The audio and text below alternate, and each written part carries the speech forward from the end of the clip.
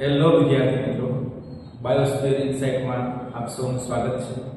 વિદ્યાર્થી મિત્રો, ગયા લેક્ચરની અંદર આપણે લઘુ બીજાણુ જનન એટલે કે લઘુ બીજાણુના નિર્માણની પ્રક્રિયા ભણ્યા. સરસ રીતે છે આપણે લઘુ બીજાણુ બનાવ્યું. હવે આજના લેક્ચરની અંદર આપણે બે કામ કરવાના છે. કેટલા કામ? પહેલું કામ કયું તો કે લઘુ બીજાણુમાંથી પરાગરજ કેવી રીતે વિકસે તે, અને બીજું કામ કયું તો કે પરાગરજની રચના કેવી હોય. બરાબર? તો વધુ સમય ન લેતા જઈએ સીધા આપણે લઘુ બીજાણુમાંથી પરાગરજનો કેવી રીતના વિકાસ થાય. તો સમજો કે જે પ્રત્યેક લઘુ બીજાણુ છે, બરાબર, એનો વિકાસ થઈ અને શું બનતી હોય? પરાગરજ બનતી હોય. એટલે એક વસ્તુ ક્લિયર કરો છો કે લઘુ બીજાણુ એ પરાગરજ નથી, રાઈટ?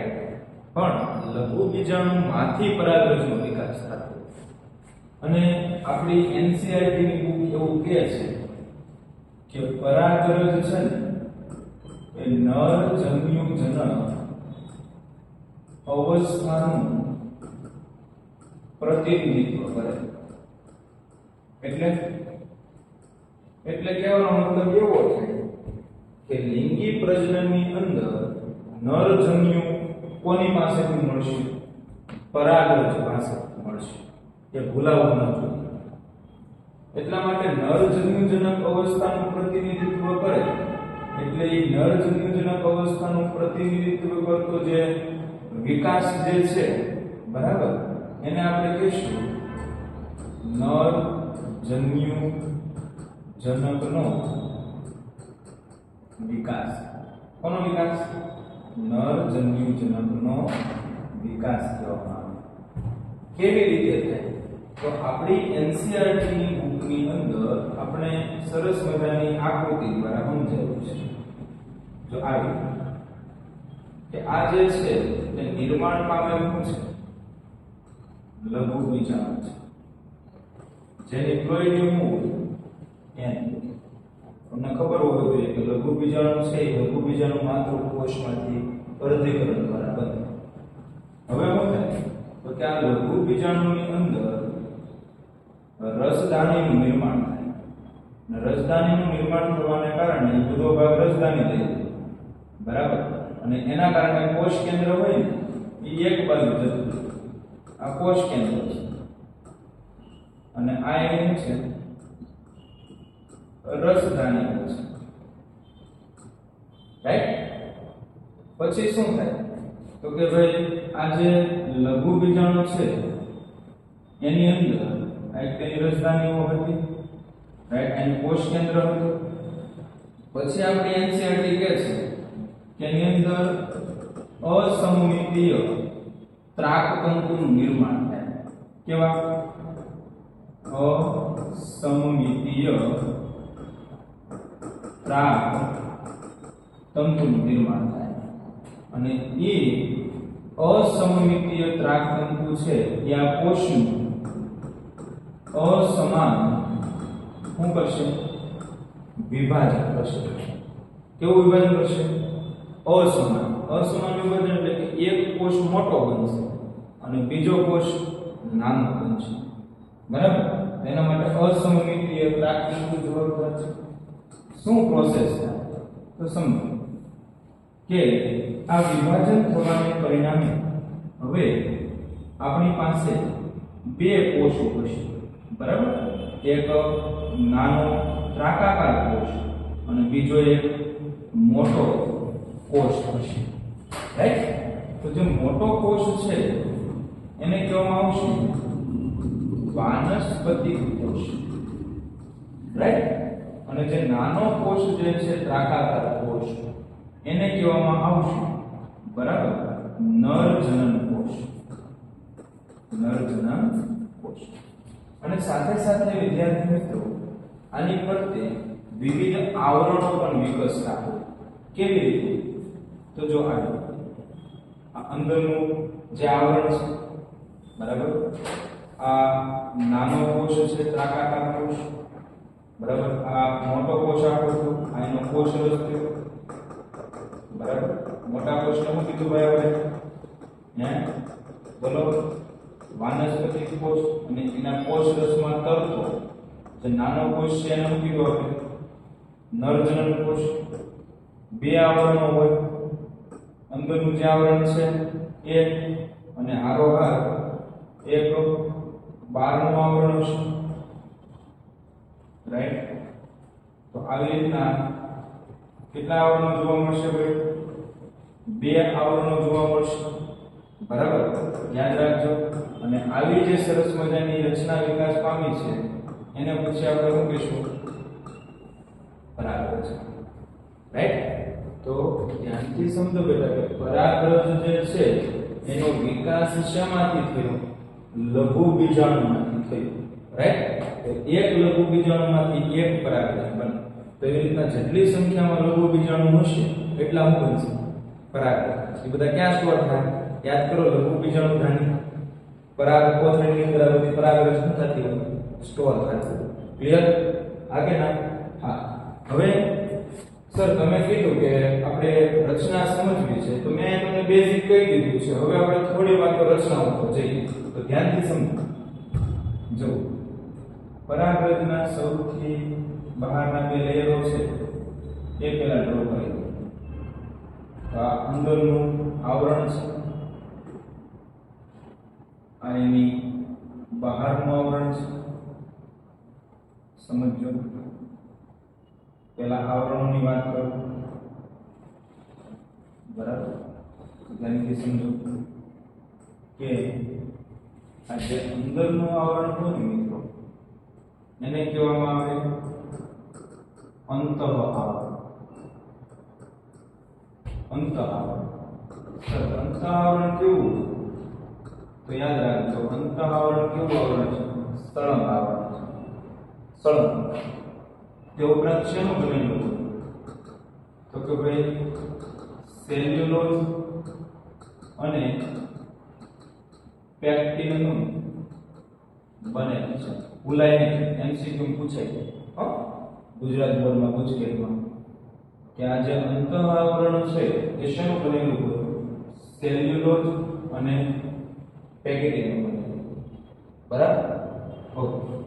ત્યારબાદ જે બહારનું જાડું આવરણ જે છે, આ જે યલો કલરમાં મેં દોર્યું છે એ છે બાહ્ય આવરણ. બાહ્ય આવરણ, બરાબર. એને ઇંગ્લિશમાં એક્ઝાઇન કહેવામાં આવે, અને ઇંગ્લિશમાં ઇન્ટાઇન કહેવામાં આવે, બરાબર. ઇંગ્લિશ શબ્દ પણ પૂછાઈ શકે, યાદ રાખવાનું. અંતઃ આવરણ હોય તો ઇન્ટાઇન કહેવાય, બાહ્ય આવરણ હોય તો એક્ઝાઇન કહેવાય. ઓકે. બાહ્ય આવરણ જે છે ને એ પહેલી વાત યાદ રાખવાનું કે સળંગ હોતું નથી. સળંગ હોતું નથી, બરાબર. બીજું, તો એ સળંગ નથી, મેં તૂટક દોર્યું છે. હું કામ એમના કહું છું? કેમ? શેનું બનેલું? તો કે સ્પોરો પોલિનિનનું બનેલું. મિત્રો ભૂલાય નહીં, ભૂલો ભલે બીજું બધું, આ સ્પોરોપોલિનિનને ભૂલતા નહીં. કેમ? તો કે અત્યાર સુધીમાં અવારનવાર સ્પોરોપોલિનિનમાંથી પ્રશ્નો બન્યા છે. પહેલો પ્રશ્ન એવો પૂછે કે પરાગરજનું બાહ્ય આવરણ શેનું બનેલું? તો તમારો જવાબ થાય શું? સ્પોરોપોલિનિન. હવે સ્પોરોપોલિનિન વિશે હું તમને થોડીક વાત કરું. સાંભળો કે સ્પોરોપોલિનિન છે એ કાર્બનિક પ્રતિરોધક દ્રવ્ય છે, બરાબર. જટિલ કાર્બનિક પ્રતિરોધક દ્રવ્ય છે. જટિલ કાર્બનિક પ્રતિરોધક દ્રવ્ય છે. સર એ કામ શું કરે? તો કાર્યો ખાસ ઇમ્પોર્ટન્ટ છે. તો પરાગરજની જલદ, એસિડ અને બેઝ સામે શું આપે? રક્ષણાંક. કે આ પરાગરજની અંદર રહેલા જે કોષો છે એને જલદ એસિડ અને બેઝ સામે રક્ષણ આપવાનું કામ કોનું? તો કે સ્પોરોપોર. બીજું કામ તો કે ઊંચા તાપમાન સામે પણ શું આપે? રક્ષણ આપે. હાઈ ટેમ્પરેચર પર આ સ્પોરોપોલિન છે સહન કરી શકે. ત્યારબાદ યાદ રાખજો કે ઉત્સેચકો પણ તેને અવનત ન કરી શકે. બરાબર, ઉત્સેચક પણ આ સ્પોરોપોલિન નું કઈ બગાડી શકતા નથી, ભૂલાય નહીં. બરાબર. અને હારવાર તમને બેટા વાત કરું તો આ સ્પોરોપોલિન ના કારણે તેને લીધે પરાગરજ અશ્મિ સ્વરૂપે સંગ્રહી શકાય. અવારનવાર અહીંથી પ્રશ્ન આવે છે, ભૂલાય નહીં. હું ન ભૂલાય? સ્પોરોપોલિન. બરાબર, કારણ કે અશ્મિઓ સ્વરૂપે સંગ્રહાય છે. શું કામ છે? કેટલીક વનસ્પતિઓ નાશ પામે હોય, લુપ્ત થવાને આરે હોય, તો હાલના સમયની અંદર એની પરાગરજને છે એ સ્ટોર, પરાગ નિધિ જેને કહેવાય, કે એને સ્ટોર કરી દેવામાં આવતું હોય, જેથી કરીને ભવિષ્યમાં કૃત્રિમ સંકરણ દ્વારા નવી વનસ્પતિ પ્રોડ્યુસ કરી શકાય. ક્લિયર? સૌથી બહારનું આવરણ બાહ્ય આવરણ, અંદરનું આવરણ અંતઃ આવરણ. રાઈટ. હવે તમને હમણાં કીધું, યાદ કરો કે સળંગ હોતું નથી. કારણ તો કે તમે જુઓ તો તમને ખ્યાલ આવે કે કેટલીક જગ્યાએ સ્પોરોપોલિનની ગેરહાજર છે. તો અહીંયા ગેરહાજર, અહીંયા ગેરહાજર, અહીંયા ગેરહાજર, અહીંયા ગેરહાજર.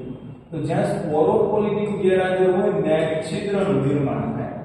બરાબર. એ છિદ્રને શું કહેવાય? જનન છિદ્ર કહેવાય. કયું છિદ્ર કહેવાય? જનન છિદ્ર. જીનાઇટલ પોર કહેવામાં આવે. બરાબર.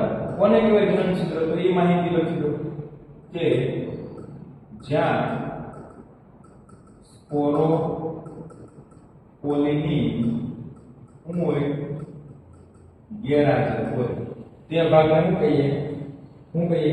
જનન છિદ્ર કહેવામાં આવે. ક્લિયર? અને બીજી વાત યાદ રાખો કે જનન છિદ્રનું કાર્ય શું? તો કે પરાગ નલિકાના વિકાસમાં શું કરે? મદદ કરે. તો એ શું છે એ તમને આગળ જ્યારે પરાગરજ સ્ત્રી કેસર આંતર સંબંધો આપણે ભણશું ત્યારે વિશેષ વાત કરશું. પણ હાલમાં યાદ રાખજો કે આમાંથી પરાગ નલિકા વિકાસ પામશે. તો પરાગ નલિકા સ્પોરોપોલિનની આરપાર ન થઈ શકે, તો આ જનન છિદ્ર મારફતે બહાર નીકળે. ભૂલાય નહીં. ક્લિયર? ઓકે. હવે વિદ્યાર્થી મિત્રો આપણે થોડીક વાતો એના કોષો વિશે કરીએ. તો મેં તમને હમણાં કીધું કે પરાગરજની અંદર બે કોષો હોય. આપણે વિકાસ ગણ્યા છે. બરાબર. બે કોષો જોવા મળતા હોય. કયા કયા? તો એક મોટા કદનો જે કોષ છે એને આપણે કયો કોષ?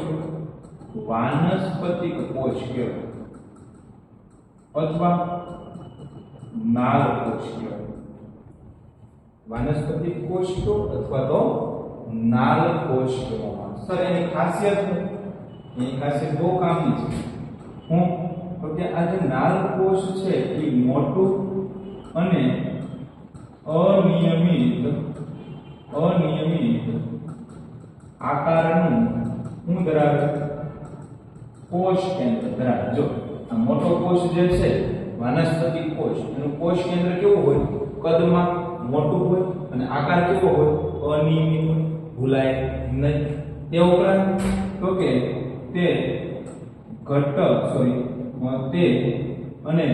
તે ઉપરાંત તે પોષક દ્રવ્યોથી સમૃદ્ધ, બરાબર, એટલે કે પોષક દ્રવ્યોથી ભરપૂર શું ધરાવે?